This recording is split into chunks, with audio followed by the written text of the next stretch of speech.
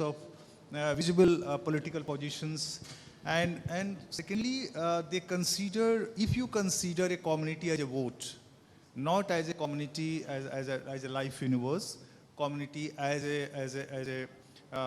a community which requires a development in real sense.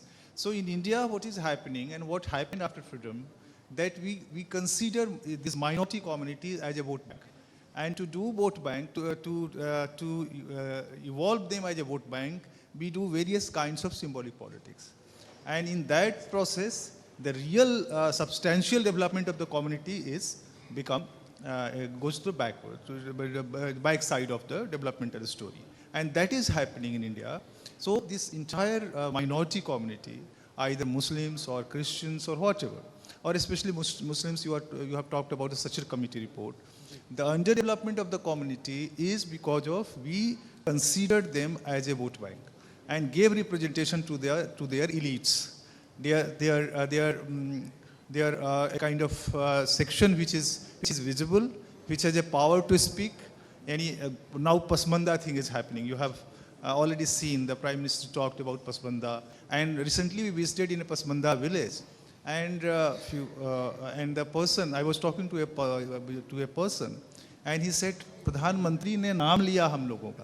So this Pradhan Mantri ne naam liya is a very catchy thing for them. Yes. And you have heard that Pradhan Mantri in his Bhopal lecture, he took the name of many of the community of the which comes on the Pasmanda. And that is the method which I observed in the Kashiram politics, because when Kashiram used to deliver lecture, he used to take the name of the castes. Yes. So this empower them.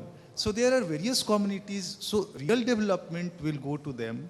When we will take community not as a vote bank, but community as a life universe, and community as a part of the entire development story, as a stakeholder, not as a recipient.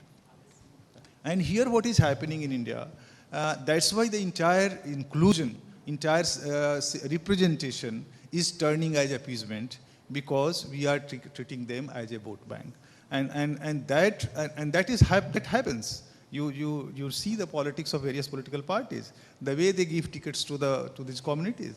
No, Sayyid Sahab ko de dena hai, इनको दे देना है, मुस्लिम होना चाहिए. They don't even know कि वो मुस्लिम में भी कौन है, किसको हम टिकट देने जा रहे हैं, और दलित में भी कौन है जिसको हम टिकट देने जा रहे हैं. So they give the tickets, and they thought that community is for us and we'll get the vote.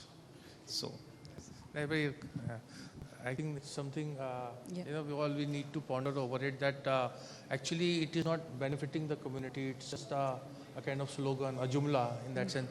Dr. Aishwarya Pandit, you have studied in a very academic sense. Do you think that framers of our constitution, they also made some kind of, I would say there was an oversight of framing of Article 21, Article 30, and of course Article 370, which has been removed now, that gave a kind of opportunity for political parties to do this politics of appeasement? I think we have to look at the colonial legacy here, and that has an overwhelming kind of influence on this. The British primarily saw the natives as a group interest. They did not, you were not imagined individually in their calculation, but you were seen as group interests. So this is Hindus, this is Muslims, this is Sikhs, and these are Christians. They are blocks, they function as blocks. So we must satisfy each block and kind of govern. So over a period of time, what actually happened was, while framing the constitution, a lot of that which was viewing the population of the subcontinent as blocks was more or less absorbed by the constitution drafters. So there were no individual interests that were imagined. There were community interests they were imagined, as Badri Narayan has articulated. You were imagined as a Rajput, a Zamindar, a Dalit, a Kurmi, this. You were identified in terms of a larger community. So individual interests were sidelined. The second aspect became is, and which he's rightly pointed out, is because they were identified as